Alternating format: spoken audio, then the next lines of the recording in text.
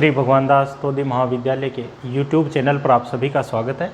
Student, जैसा कि आप लोग देख रहे हैं, हम बीएससी फर्स्ट ईयर में आपका जो बॉटनी का पेपर है, first paper cell biology genetics and plant breeding, इसके विषय में पढ़ रहे थे। जहां पर आप लोगों ने देखा है कि प्रीवियस वीडियो में हम सेल डिवीज़न के बारे में बात कर रहे थे, जिसमें आपने देखा है कि सेल डिवीज़न के अंदर सबसे पहले सेल साइकिल के बारे में आप लोगों को जानना होता है। तो प्रीवियस वीडियो में हमने सेल साइकिल के बारे में जिक्र किया है कि सेल साइकिल क्या होता है और सेल साइकिल के अंदर कौन कौन से आपको फेज जो होते हैं वो देखने को मिलते हैं, किस फेज की क्या कुछ विशेषताएं होती है, वो सब कुछ आप लोगों ने प्रीवियस वीडियो में जाना है। आज के इस वीडियो में हम बात कर रहे हैं, आपके सेकेंड यूनिट का टॉपिक है जिसे हम लोग कह रहे हैं सेल डिवीज़न। सेल डिवीज़न यानी कि कोशिका विभाजन किसे कहेंगे? तो जैसा कि आप लोग जानते हैं, कोशिका विभाजन का मतलब क्या होता है कि जो मदर सेल है वो डिवाइड होकर डॉटर सेल का फॉर्मेशन कर देती है। तो इस प्रोसेस को हम लोग क्या कहते हैं? सेल डिवीज़न के नाम से जानते हैं। अब आप लोग देखेंगे कि डॉटर सेल किस तरह से बन रही है। आप देखेंगे कि माइटोसिस की प्रोसेस में एक मदर सेल से दो डॉटर सेल बनती है, जो कि आप लोग देखेंगे कि क्रोमोजोम की संख्या इनके अंदर समान आप लोगों को देखने को मिलती है, मदर सेल के समान। वहीं हम मियोसिस की बात करें तो आप लोग देखेंगे कि वहाँ पर एक मदर सेल से 4 डॉटर सेल बनती है, लेकिन इनके अंदर जो क्रोमोजोम्स की जो संख्या आप लोगों को देखने को मिलती है वो मदर सेल से डिफरेंट आप लोगों को देखने को मिलती है, यानी कि वहाँ पर क्रोमोजोम की संख्या जो होती है वो हाल्फ हो जाती है। तो सिंपल सा आप लोगों को ध्यान में रखना है, सेल डिवीज़न हम लोग किसे कह रहे हैं कि जो मातृ कोशिका है या जो मदर सेल है वो विभाजित होकर या डिवाइड होकर संतति कोशिकाओं का निर्माण कर देती है या डॉटर सेल्स का फॉर्मेशन कर देती है। तो इस प्रोसेस को हम लोग क्या कहते हैं? सेल डिवीज़न या कोशिका विभाजन के नाम से इसे हम लोग जानते हैं। आगे आप लोग देखेंगे कि इस सेल डिवीज़न की आपको प्रोसेस देखने को मिलेगी, यानी कि सेल डिवीज़न जो है इसकी हम लोग बात करें प्रोसेस की, तो आप लोग देखेंगे कि ये जो सेल डिवीज़न का प्रोसेस आप लोगों को मोस्टली देखने को मिलता है, यहाँ पर आपको 2 प्रकार की घटनाएं आप लोगों को देखने को मिलती है। कौन सी? फर्स्ट नंबर आप लोग बात करेंगे कि एक तो आप लोगों को देखने को मिलता है कैरियोकाइनेसिस, और दूसरा आप लोगों को देखने को मिलेगा साइटोकाइनेसिस। अब कैरियोकाइनेसिस क्या होता है, साइटोकाइनेसिस क्या होता है, यानी कि आप लोगों को ध्यान में रखना है कि सेल डिवीज़न की प्रोसेस में 2 स्टेप आप लोगों को देखने को मिलते हैं, कैरियोकाइनेसिस और साइटोकाइनेसिस। ये अच्छे से आप लोगों को समझना है, क्योंकि यहाँ से रिलेटेड आपका ऑब्जेक्टिव टाइप क्वेश्चन जो है वो बनाया जाता है। फर्स्ट हम बात करें कैरियोकाइनेसिस, इस प्रोसेस के अंदर क्या होता है? आप लोग देखेंगे कि इसके अंदर nucleus divided into 2 daughter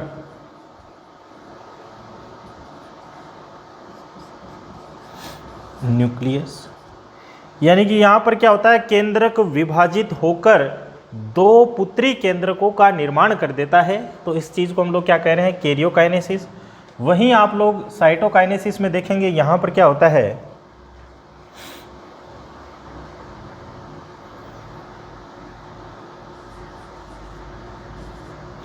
cell divided and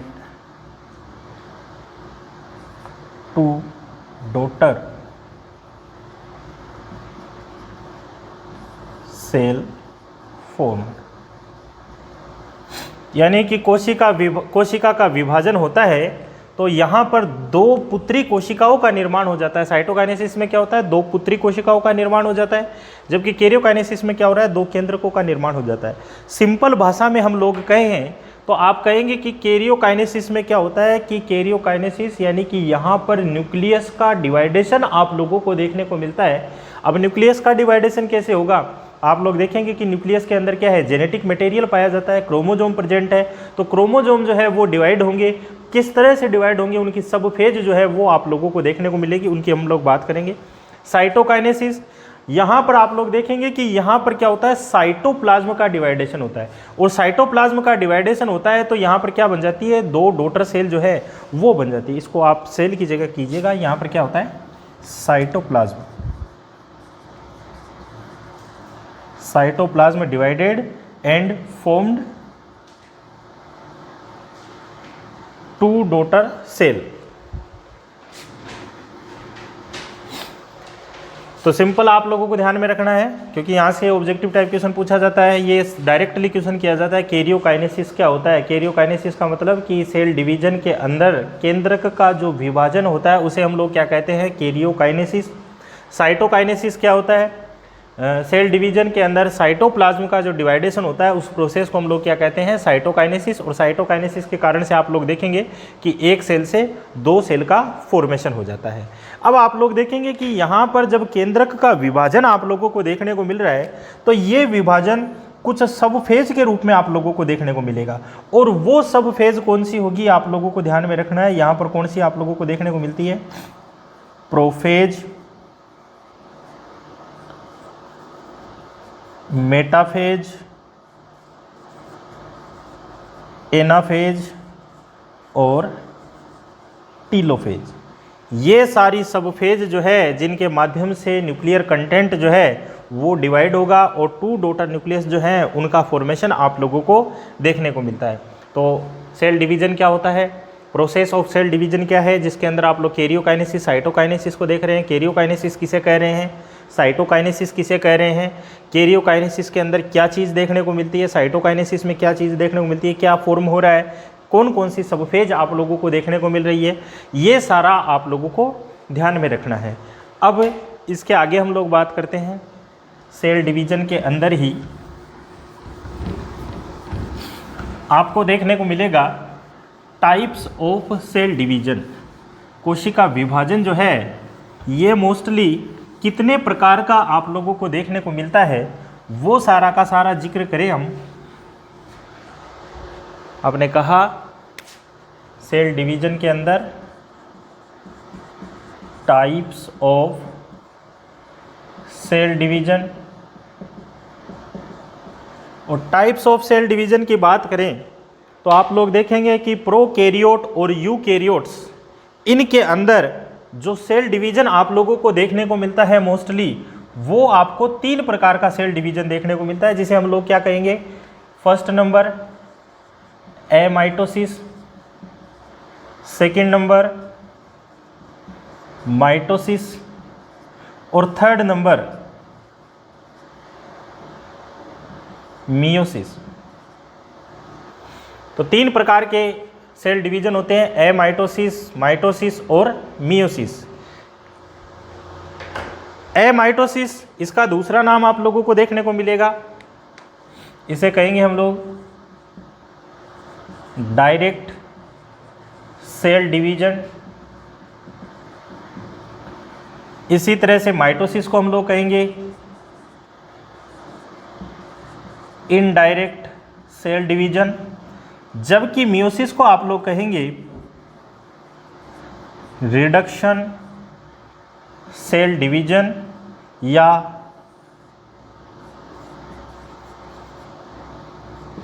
इक्विटेशनल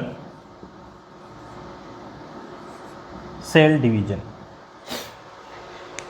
देखिएगा एमाइटोसिस जो कि आपको प्रिमिटिव प्लांट्स के अंदर, प्रिमिटिव जो ऑर्गेनिजम्स है, माइक्रोब्स, उनके अंदर, प्लांट के अंदर आप लोगों को बैक्टीरिया वगैरह जो है, प्रोटोजोआ वगैरह है, उनके अंदर आप लोगों को देखने को मिलता है एमाइटोसिस, असूत्री विभाजन, जिसका दूसरा नाम डायरेक्ट सेल डिवीजन के रूप में आप लोगों को मोस्टली देखने को मिलता है। वहीं आप लोग कह रहे हैं माइटोसिस, इसे हम लोग क्या कह रहे हैं, इनडायरेक्ट सेल डिवीजन। ये क्या है, आपका समसूत्री विभाजन के रूप में आप लोगों को देखने को मिलता है। क्या कुछ देखने को मिलेगा, एक एक कंटेंट को ओपन कर देखेंगे। फिर नेक्स्ट आप कह रहे हैं मियोसिस, जिसको आप लोगों ने पढ़ा है अर्धसूत्री विभाजन के नाम से इसे जानते हैं। आप लोग देखेंगे कि ये अर्धसूत्री विभाजन आपको 2 प्रकार का देखने को मिलेगा, मियोसिस फर्स्ट और मियोसिस सेकंड। मियोसिस फर्स्ट को तो आप लोग क्या कहेंगे, रिडक्शन सेल डिवीजन, और मियोसिस सेकंड जो है उसको हम लोग क्या कहेंगे, इक्विटेशनल सेल डिवीजन। क्यों? क्योंकि आप लोग देखेंगे कि मियोसिस फर्स्ट में क्या होता है कि एक जो मदर सेल होती है उससे 2 डॉटर सेल बनाए जाते हैं, और उन डॉटर सेल में आप लोग देखेंगे कि क्रोमोजोम की जो संख्या है वो मदर सेल की तुलना में हाफ हो जाती है।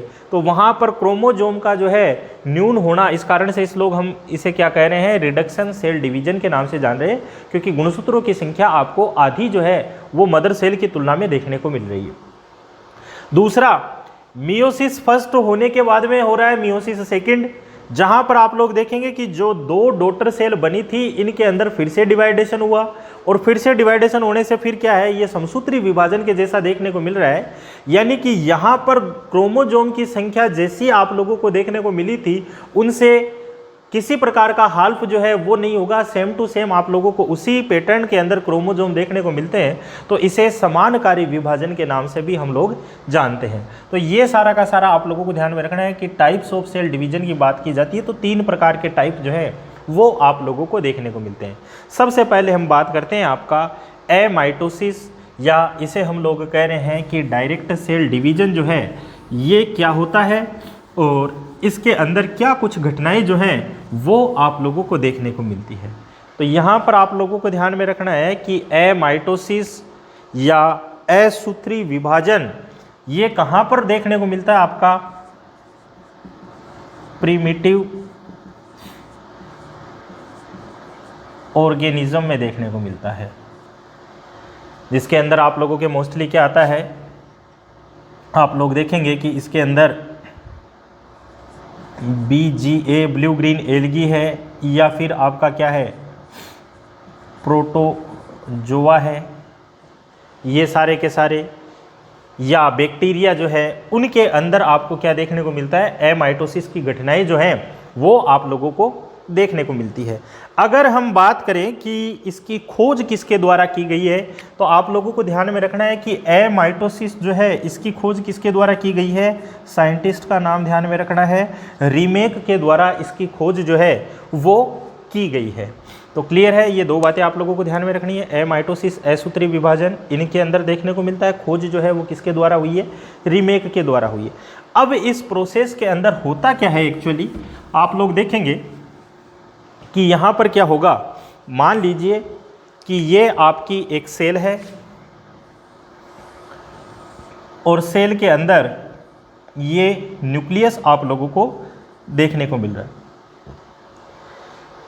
यहाँ पर आप लोग कह रहे हैं कि एक सेल से 2 सेल का डिवाइडेशन हम करेंगे, सेल डिवीजन करेंगे। तो इस घटना में क्या होता है, सबसे पहले आप देखेंगे कि जो न्यूक्लियस जो है वो क्या होगा, डंबल शेप्ड आकृति के अंदर चेंज हो जाएगा। यानी कि इसका थोड़ा सा इस प्रकार से आप लोगों को पैटर्न देखने को मिलेगा, और इसी के साथ में आप लोग देखेंगे कि ये सारा का सारा पैटर्न जो है वो आपको सेल के अंदर भी देखने को मिल रहा है। सेल जो है वो भी इस प्रकार की पैटर्न में चेंज हो रही है।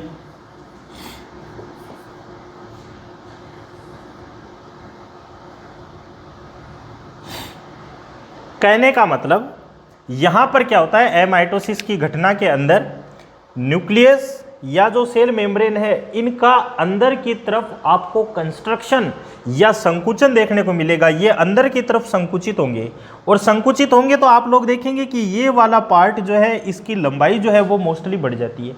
यानी कि कहने का मतलब केंद्रक जो होता है वो डंबल शेप्ड आकृति के अंदर चेंज हो जाता है, सेल जो होती है वो भी डंबल शेप्ड आकृति के अंदर चेंज हो जाता है। और धीरे धीरे ये कंस्ट्रक्शन जैसे जैसे बढ़ता चला जाएगा तो आप लोग देखेंगे कि इस घटना के अंदर क्या होगा, जितना भी न्यूक्लियर कंटेंट था वो क्या होगा, हाल्फ हाल्फ हो जाएगा। यानी कि वो पूरा का पूरा डिवाइडेशन हो रहा है, और डिवाइडेशन होने के बाद में आप लोग देखेंगे कि एक न्यूक्लियस से क्या बन जाएंगे, 2 न्यूक्लियस बन जाएंगे। और साथ में ही आप लोग देखेंगे कि इस न्यूक्लियस के साथ में जो सेल का कंस्ट्रक्शन हो रहा है, तो सेल के अंदर क्या है, साइटोप्लाज्म आप लोगों को देखने को मिल रहा है। तो ये भी सारा का सारा डिवाइड होकर क्या कर देगा, यानी कि ये पैटर्न आपका इस तरह से आ गया, ये पूरा संकुचित हो रहा है, एक केंद्रक से 2 केंद्रक बन गए।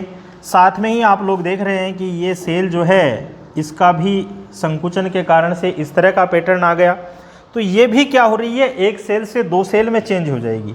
और लास्ट वाली कंडीशन में आप लोग देखेंगे ये फर्स्ट सेल और ये सेकंड सेल, इस प्रकार से डिवाइडेशन जो है वो आप लोगों को देखने को मिलेगा। तो इस घटना को हम लोग क्या कह रहे हैं, एमाइटोसिस के नाम से या असूत्री विभाजन के नाम से हम लोग इसे जानते हैं। थोड़ा सा ध्यान में रखना आप लोगों को कि यहाँ पर क्या होता है कि जो सेल मेम्ब्रेन या जो न्यूक्लियस होता है उनके अंदर क्या होता है, बाहर की तरफ से आपको कंस्ट्रक्शन जो है वो आप लोगों को देखने को मिलता है, संकुचन देखने को मिलता है। और इस संकुचन के कारण से आप लोग देखेंगे कि इसकी जो न्यूक्लियस की जो शेप है वो डंबल नुमा होती चली जाती है और धीरे धीरे ये जो न्यूक्लियर कंटेंट है वो डिवाइड होकर दो न्यूक्लियस का फॉर्मेशन कर देता है। इसी के साथ में संकुचन बढ़ने के कारण से सेल का साइटोप्लाज्म जो है वो भी डिवाइड हो जाता है और क्या बना देता है, एक सेल से दो सेल का फॉर्मेशन कर देता है। तो यहाँ पर क्या हो रहा है, किसी भी प्रकार का आप लोगों को जो है वो सब फेज के थ्रू क्रोमोसोम का डिवाइडेशन वगैरह नहीं देखने को मिल रहा। एक सेल डायरेक्टली डिवाइड हो रही है और दो सेल का फॉर्मेशन कर रही है। तो इस चीज़ को हम लोग क्या कह रहे हैं, डायरेक्ट सेल डिवीजन के नाम से हम लोग इसे जान रहे हैं। आई थिंक समझ में आ गया होगा आपको एमाइटोसिस किसे कहेंगे, डायरेक्ट सेल डिवीजन क्यों कहा जा रहा है, इसकी खोज किसके द्वारा की गई है, किन के अंदर ये आप लोगों को देखने को मिलता है, प्रिमिटिव ऑर्गेनिजम्स जो होते हैं उनके अंदर ये आप लोगों को देखने को मिलता है। क्लियर है। फिर नेक्स्ट हम बात करते हैं सेकंड प्रकार का जो आपका सेल डिवीजन है, जो कि आपको किस रूप में देखने को मिल रहा है, आपने कहा माइटोसिस या हम लोग बोलते हैं उसे समसूत्री विभाजन। सेकंड नंबर आपने कहा माइटोसिस या क्या बोलेंगे, समसूत्री विभाजन, या इसे हम लोग क्या कह रहे हैं, indirect cell division. Indirect cell division के नाम से भी इसे हम लोग जान रहे हैं। यहाँ पर क्या होता है इस प्रोसेस के अंदर आप लोगों को ध्यान में रखना है, इसकी खोज जो है वो किसके द्वारा की गई है, डिस्कवरी जो है वो किसके द्वारा हुई है, फ्लेमिंग के द्वारा हुई है। क्या होता है माइटोसिस में, समसूत्री विभाजन में, तो यहाँ पर आप लोग देखेंगे कि ये जो सेल डिवीजन होता है वो मोस्टली आप लोगों को कहाँ पर देखने को मिलता है, सोमेटिक सेल्स में देखने को मिलता है। यानी कि कायिक कोशिकाएं जो होती है उनके अंदर आप लोगों को क्या देखने को मिलता है, समसूत्री विभाजन जो है वो आप लोगों को देखने को मिलता है।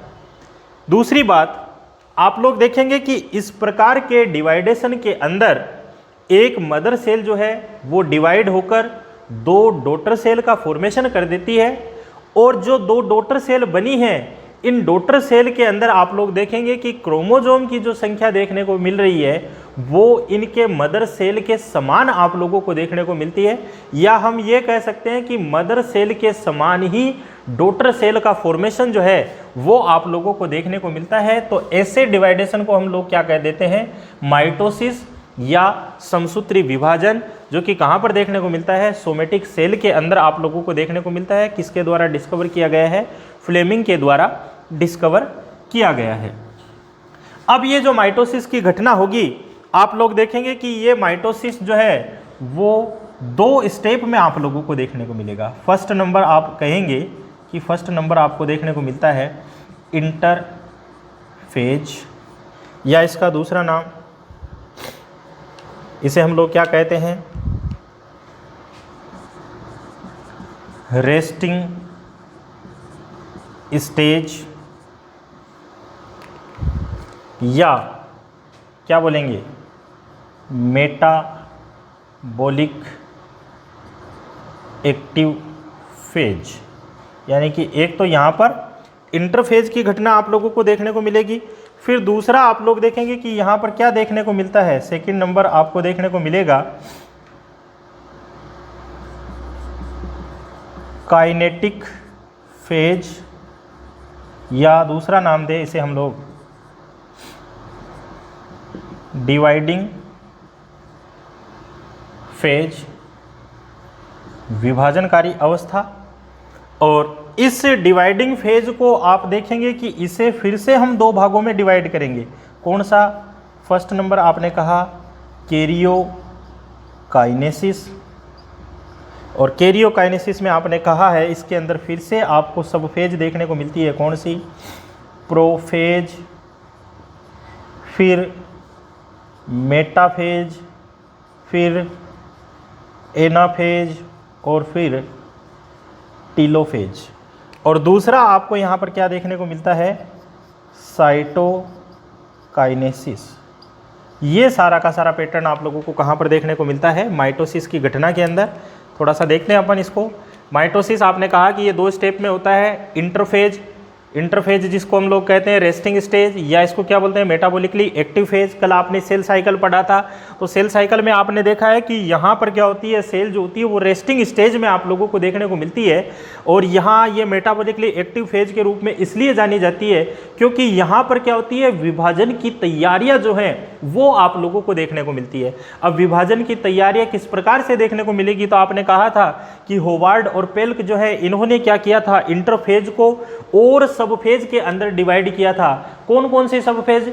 आपने कहा कि इसको डिवाइड किया था भाई हमने, G1 फेज है, S है, G2 है, M फेज है। यानी कि इसको आपने डिवाइड किया था, ये वाला पूरा पोर्शन G1, S, G2 और M 4 फेज के अंदर डिवाइड किया था। G1 ग्रोथ 1 आपने कहा था, synthetic phase, growth second phase और माइटोटिक फेज के रूप में इसे हमने डिवाइड किया है। तो ये सारा का सारा आपको इंटरफेज के अंदर देखने को मिलता है, जहाँ पर आप लोगों को पता है यहाँ पर क्या होती है? डीएनए सिंथेसिस से रिलेटेड तैयारियाँ। और यहाँ पर क्या होती है कि जो माइटोसिस होगा या जो विभाजन होगा उस विभाजन से रिलेटेड तैयारियाँ जो होती है वो आप लोगों को देखने को मिलती है। फिर आप कहें कि काइनेटिक फेज, यानी कि यहाँ पर क्या होता है? विभाजन की क्रियाएं जो है वो आप लोगों को देखने को मिलेगी। भाई न्यूक्लियस का डिवाइडेशन होगा या साइटोप्लाज्म का डिवाइडेशन होगा, तो इसे हम लोग क्या कह रहे हैं? काइनेटिक फेज या डिवाइडिंग फेज के नाम से इसे हम लोग जान रहे हैं। जहाँ पर आप लोगों को देखने को मिल रहा है कि यहाँ पर एक तो क्या होगा? कैरियोकाइनेसिस। अभी पढ़ा था आप लोगों ने कि कैरियोकाइनेसिस हम लोग किसे कह रहे हैं? जिसके अंदर केंद्रक का विभाजन होता है। कैरियोकाइनेसिस ऐसी स्टेप जो कि केंद्रक का डिवाइडेशन करती है।